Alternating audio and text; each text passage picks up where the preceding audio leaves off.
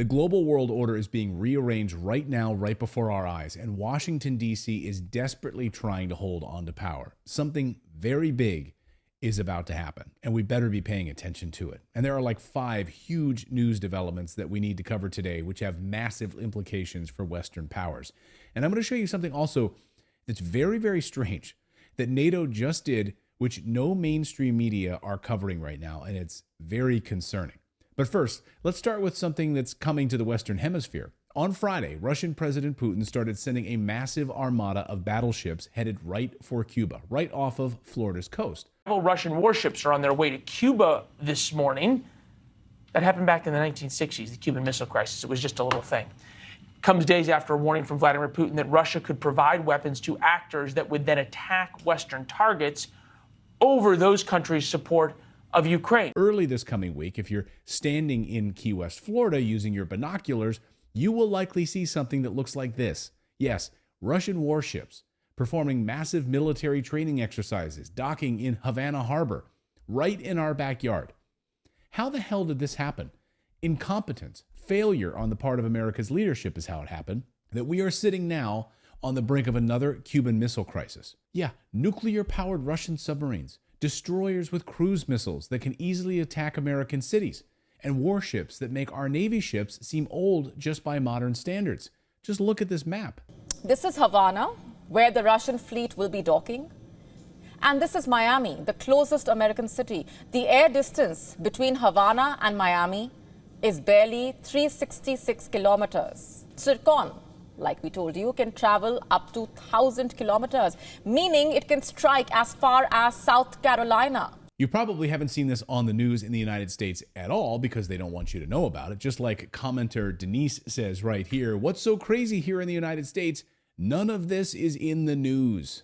Yes, Denise, exactly, Denise, because they are hiding it. Wait until you see what else they're hiding from you. I'm going to show you.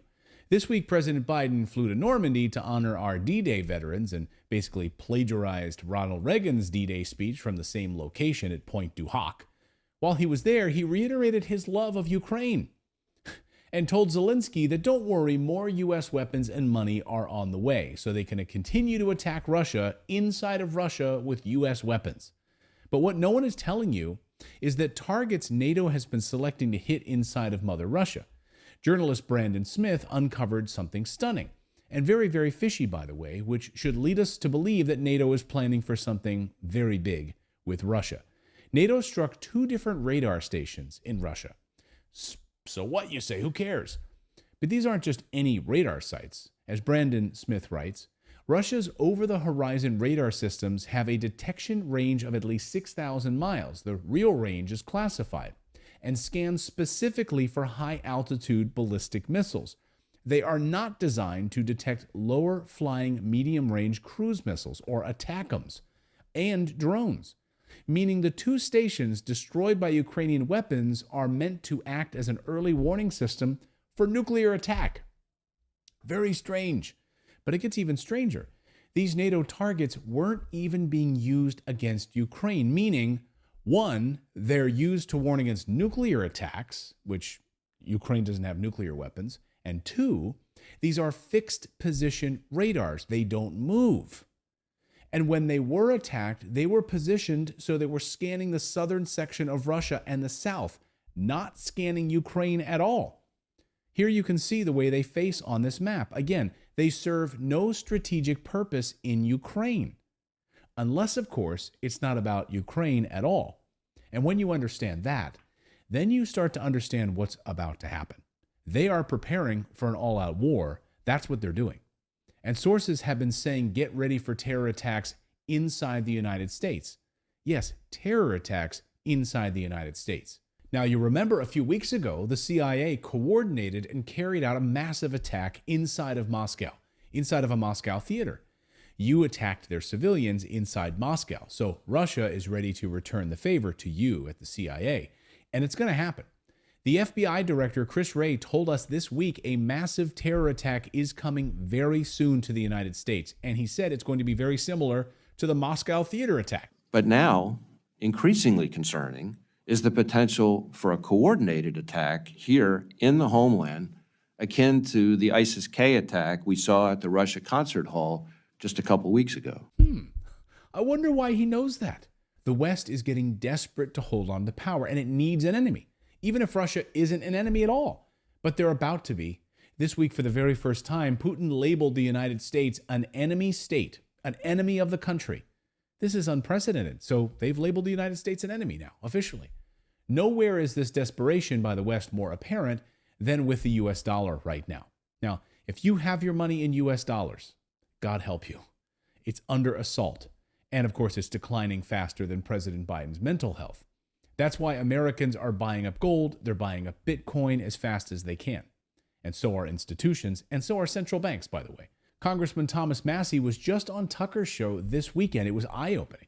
And he was especially pointing out how the United States dollar as a reserve currency is collapsing. At some point, they're going to quit using our dollars as reserve currency. I mean, I watched your interview with Putin, and one of the things, whether you hate him or not, one of the things he said that is true is when we sanctioned him, before we sanctioned Russia, 70% of their transactions were in US dollars. And after the sanctions, it's less than 20% of their transactions are in US dollars. So what we're doing with all these sanctions, ironically, we're shooting ourselves in the foot every time we sanction a country and say you can't use our currency to have a transaction. We're taking away our ability to charge them 3% for that transaction, because when we print 3% more dollars, we're just taking that money. And we're also sending a really clear signal, which is the dollar's not safe for you. Right. It's the reserve currency because it's a safe haven, because it's a stable country. It's the most stable country in the world, and we're not going to weaponize the dollar because that would be shooting ourselves. But suddenly we are. China, Russia, and countless other countries are turning away from the United States dollar to settle transactions. Over the past week, we've seen the sharpest decline ever in cross-border payments being settled by United States dollars. And it gets worse. President Biden and Democrats are getting so desperate, in fact, that they're now trying to go after crypto, your digital assets. Last week, President Biden vetoed a bill that Americans in Wall Street wanted. It would have allowed U.S. banks to hold crypto assets and custodian them, just like they do with stocks. But nope, anti-freedom Biden vetoed the bill. They don't want you to hold these types of currencies because it's a threat to them. And President Trump made his position very clear this week. I will ensure that the future of crypto and the future of Bitcoin will be made in the USA, not driven overseas. I will support the right to self-custody to the nation's 50 million crypto holders. I say this with your vote. I will keep Elizabeth Warren and her goons away from your Bitcoin. And I will never allow the creation of a central bank digital currency. So the differences right now could not be starker. So that's the news update part of today's video. Now I have to tell you, even though Biden is doing everything possible to try and stop the progress of the fourth industrial revolution, especially when it comes to blockchain and the technology behind it, your ability to make financial transactions that'll help free humanity, help people gain control of their own financial assets and freedom, and stop this government madness, blowing up the dollar, going further into debt and higher inflation, I've actually found a company whose shareholders are absolutely making a killing right now. This company is up 150% in the first 6 months of this year alone. It's kicking ass, in plain words. It's trading at a 52-week high right now. Take a look at this. And the analyst covering it gives it more than 150% upside from its current value. And I think it's actually conservative, by the way, to say the least. The best way to describe it is if I had to tell my mom about one stock, this would be it. That company is DeFi Technologies. Here is their ticker on your screen. Take a look. I asked them to sponsor this video today, and crypto expert Anthony Pompliano and I both believe this is the #1 most undervalued stock in the world right now. Pomp and I are both shareholders of DeFi. That's not hyperbole. So sit back, strap in, and watch. In the next 2 minutes, I'm going to blow your mind. And yes, I own a lot of shares of this company because I strongly believe in crypto and I believe in what these guys are doing that no one else is doing. And I plan to hold my position in this company for a long time for a number of reasons, which I'll explain here in a second. First, look at the price of this company right now as of this recording. And look, it's up 150% so far this year. And again, an analyst just released a price target that shows this stock more than doubling in price to $3 a share. Take a look. It's right here on your screen. Then the head of capital markets for DeFi on a recent earnings call said that he would only consider selling the company if someone paid him at least $10 a share. Listen. 99% of the world's companies trade at 20 times profits. We are trading at 3 times profits. I've said this repeatedly. Between Ollie, Johan, friends, family, me, friends, family, and very, very closely related parties, we control probably 120 million shares. We're not looking for $3 on this stock or $4, especially in an environment that we're looking at now. We're looking at 8 to 10, which sounds far-fetched, but 5, 6, 7 is where we should be trading just on a reasonable comp basis. I love that. $10 a share. I believe this is the most undervalued company I've ever shown you. And I own stock in a lot of different companies, but none of them comes close to this in my view. Here's why. And here's how DeFi technology actually works so you understand it. Okay, number one, DeFi is a holding company, just like Warren Buffett's Berkshire Hathaway is a holding company. You go to Berkshire's headquarters in Omaha, Nebraska, you can say hi to Warren Buffett and about 20 other employees working there. That's about it. It's small, okay? Berkshire owns incredible subsidiary companies and stock positions like Apple, Coca-Cola, their crown jewel, Geico Insurance. So all of those ownerships of those companies, yes, hundreds of thousands of employees. But Berkshire Hathaway, small, right? But they don't manage those companies. They manage themselves. It's the same with DeFi. They own a crown jewel of a company called Valor, which is the leading issuer of crypto ETPs. Now, Valor is one of the only companies in the world that has a license to issue ETPs for the crypto industry. ETPs are Europe's version of an ETF, an exchange-traded fund. They are exchange-traded products in Europe. In other words, any hedge fund or individual or sovereign wealth fund that wants to get exposure to crypto can use Valor's offerings of cryptocurrency ETPs. Bitcoin, Ethereum, Solana, they manage 23 different ETPs, and they're looking to issue more as we speak.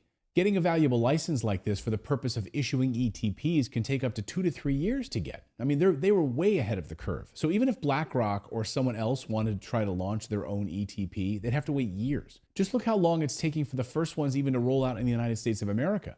And that has driven close to $1 billion to Valor already. Valor was a genius to pioneer this regulatory process because they got the ball rolling back in 2017. Huge competitive advantage. So DeFi owns Valor, but that's just the first thing. Now let me throw some insane math at you right now, okay? You're gonna see why I bought so many shares of this company. And you can pause the video and you can write some of these numbers down if you want to, and you can verify them.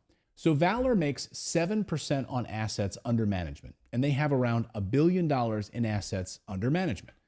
That means they'll generate around $70 million in revenues in 2024.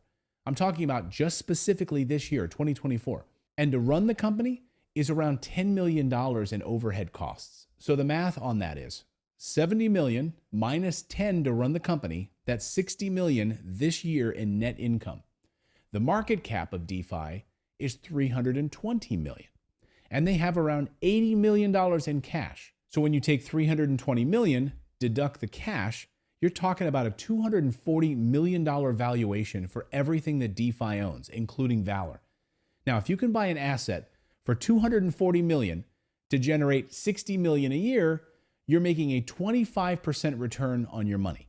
25% on your money. Where in the world are you going to make 25% return on your money today? There are very few, if any, such assets. DeFi is one of the cheapest, one of the most attractive, undervalued companies in the world. Again, here is their share price right now as of this recording.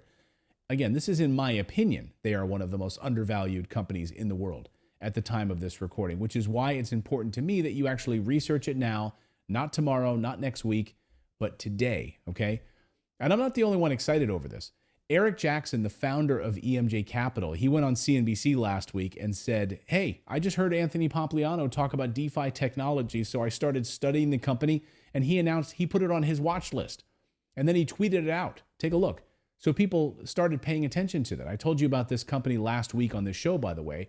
Since I told you about this company last week, it's up 55% in 1 week. Now you can see why I'm so bullish on this company. And I walk the talk. I own a lot of shares myself.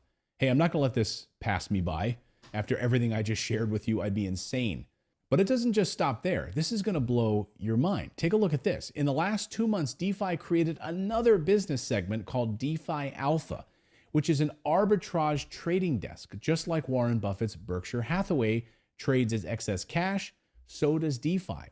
So DeFi built a trading desk that works for you, the shareholder. Their trading desk doesn't just buy and sell stock. They have an arbitrage trading desk.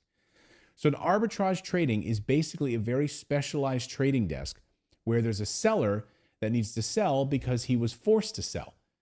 DeFi opened its arbitrage trading desk, and in 2 months, they've generated $83 million in profits. Now, just so you understand, when you buy shares of DeFi, DeFi Alpha works for you, and there's already $83 million of trading profits on the books. So when you thought Valor, which was making $70 million a year for the company, was already a phenomenal business, all of a sudden DeFi Alpha has matched Valor in terms of profit. It's unbelievable. This is in the last 2 months. They just started it.